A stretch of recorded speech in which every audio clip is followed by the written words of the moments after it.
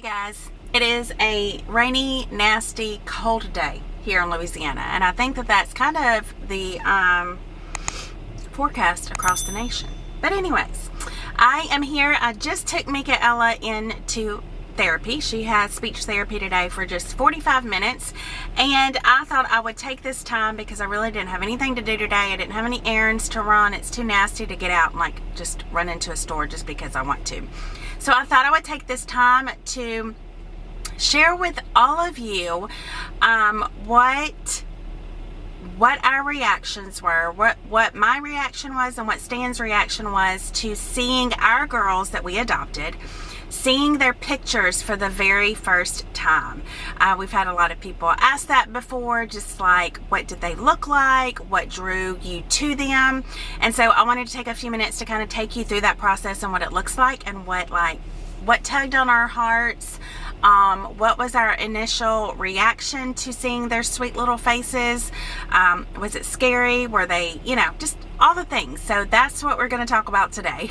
So for us, when we chose adoption back in 2014, the Lord very clearly told us we had a little girl in the Philippines that we were to adopt. And so that's really how we ended up in the Philippines. Our agency was only involved within the special needs program, so automatically that meant that we were going to be adopting a child with some form of special needs. And within that program for the Philippines, what happens is once you've completed your home study process, you will then be receiving an email once a month from ICAB, which is the adoption board there in the Philippines. You will be receiving a huge email with pictures of orphans and a short biography of each orphan. I want to say it's probably about 200 pages. And that is where it really changed our hearts, and that's where it got really real and really raw and really okay, this isn't just about the Phelps family. It's not just about us choosing a child. I mean, these kids, they have names, they have faces, they have stories, they have traumatic stories. They have already been dealt a crappy life in their very few short years that they've been here on earth. So just knowing and understanding that the orphan crisis is not just this topic that we talk about, it's lives. It's lives that are being impacted by your yes or your no. So for us, with Michaela, which she was our first adoption, like I said earlier, from the Philippines in 2014. Stan and I sit down on the couch. We open up the very long email. In fact, I just went back and looked at it again yesterday. Just pages and pages of orphans and their faces and their stories. And he and I sat there and looked at the email together. We saw Mika's little picture and stopped on it, continued through the email, went back to her picture, and then shut the computer. We were like, well, we don't really see anyone that we're feeling like we should adopt, because Michaela's file was very, very scary. Very scary. And her picture was so precious, though. The precious little girl with the braces on her feet is how we referred to her at first. The one with the braces on her feet. She had a lot of medical diagnoses attached to her that were actually very scary and very overwhelming for us. So we went throughout the weekend, didn't really talk about it until Monday morning when Stan was like, hey, was there anyone in that email that you saw that we needed to request more information on? And I immediately started crying, and I was like, it's that little girl with the braces on her feet. And Stan immediately started crying, and we talked about all the things and kind of how God had been burdening both of our hearts separately over the whole weekend. And we pretty much just came to the realization that we can't say no to a child because their needs are overwhelming or because we feel like it's too much for our family to handle. We can't be that family to tell her, you're too much, we can't say yes to you, so therefore you're going to remain an orphan for the rest of your life. We just couldn't be that family. And so everything I was saying, Stan was like, yes, yes, that's how I feel. And that's when we requested to get more information on her. And then, of course, immediately, we requested to adopt her. It didn't matter what that medical file was going to say for us. We were already all in. But, the first time that we saw her little advocacy picture, just precious as can be. Precious as can be. It's funny because when I showed it to my family for the first time, I had several family members were like, Ashley, she looks like you. And I said, I know. And I have this picture right here of me when I was about her same age. And I just see so much resemblance in the shape of the face and the hairline and just all the things. And so I just think that was amazing. So our first reaction to Mika was, holy smokes, she's precious, but holy smokes, she scares the bejeebies out of us. But we said yes anyways. And look at her now. She's just such a blessing to our family. She has fit right in beautifully. She is sassy. She is thriving. I'm just so thankful that we didn't allow the fear of the unknown, the fear of an unknown future, stop us from saying yes to Mika, because we could have missed out on so much.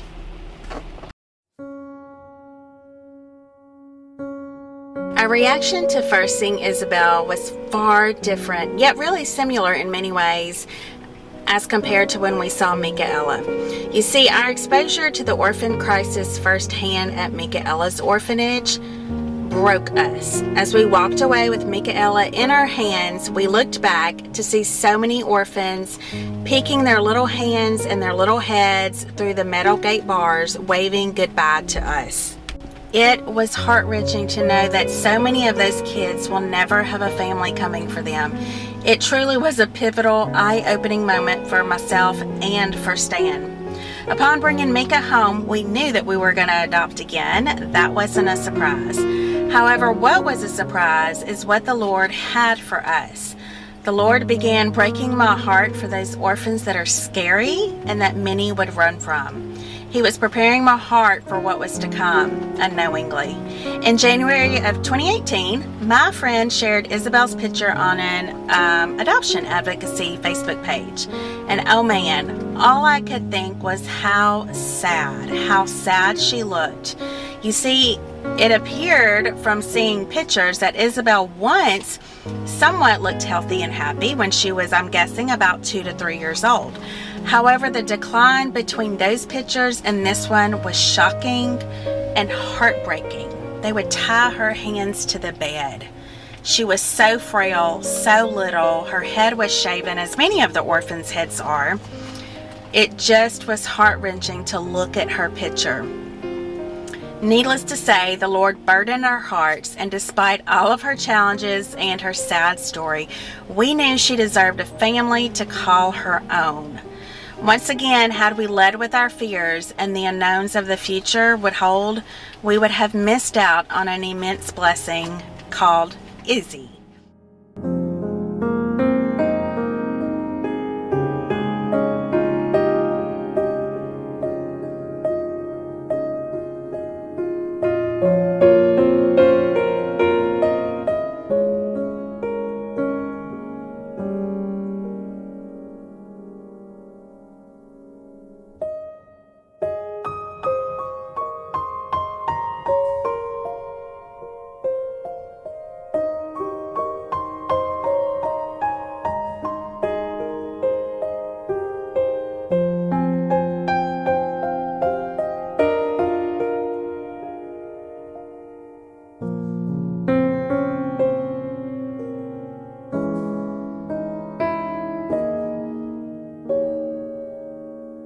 We are back in the van. Isabel is at therapy right now, so I've got Mika back here. She's chowing down on some popcorn and watching a movie with no sound.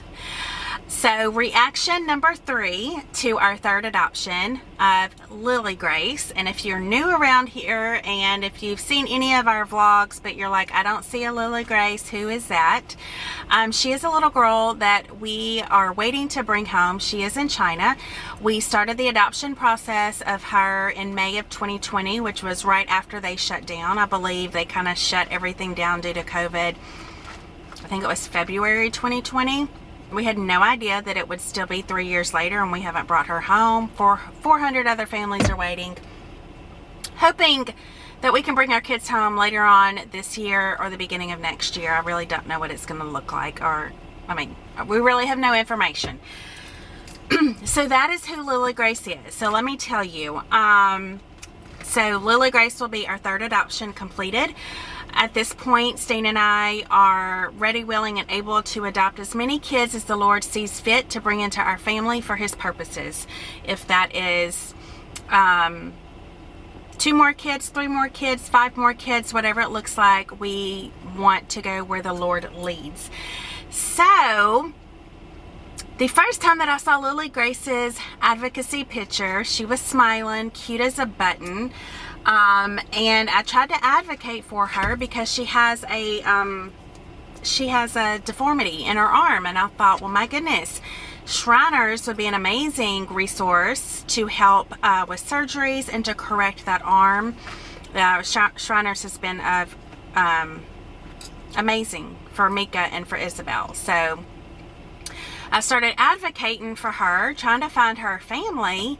And literally just sitting out on the back porch, I really felt the Lord impressed upon me, like, Ashley, why can't your family adopt her? And I was like, well, we know we want to adopt again, so why can't we bring her home? And so I asked Stan, showed him the picture, and of course he thought she was precious and agreed that Shriners would be an amazing resource to help correct some of the deformities that she has. And we talked about it for just a little bit, and then we decided absolutely we would love to bring her into our family. There wasn't tons of prayer, and we didn't have to have this big aha God moment, but I guess we still kind of had an aha God moment because I felt Him nudging. I felt Him saying, okay, why can't you bring her home? Why do we need to pray about all these things that I've already instructed you to do? So Stan and I were like, yeah, we can do it. We're able, we're capable, we want to help another child. Let's bring her home. So the first picture that we saw of her, as you can see, was just precious. She was smiling, super cute. And it wasn't until later on, until we started seeing more pictures, that it really saddened our hearts. She was in a really, really tough orphanage that don't treat their kids very nicely. And the sadness in her eyes broke our hearts, and still does. She still has some of that sadness and just loss of hope in her eyes.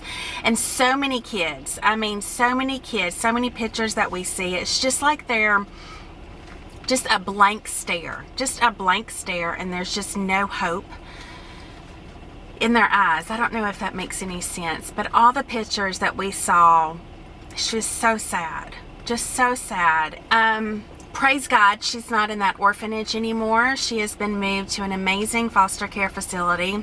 So thankful for the foster care facility. They're taking such good care of her. Her smile is coming back. She's looking happier, more content. She's got, people to play with and people who are caring for her and truly love her. So words cannot express our gratitude for that foster care facility and the amazing things that they're doing, not only for our daughter, but for so many of the other orphans. So thankful for them. It's just amazing to see how God has grafted these precious kids into our home, into our lives, into our hearts.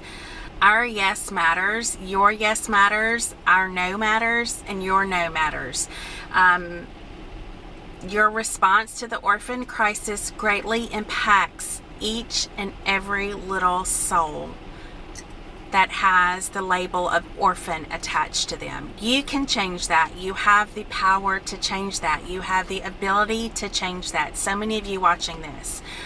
I'm so thankful that we did not give into the fears. We didn't give in to the what ifs, the unknowns in choosing to adopt Mika, Isabel, Lily Grace, and I pray that we never give in to those fears and into those questionable unknown of what the future is going to look like with any future children that the Lord chooses to place in front of our family.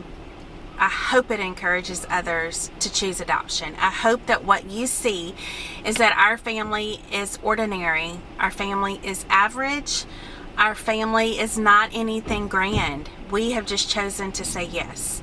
And through that, we have experienced immense blessings.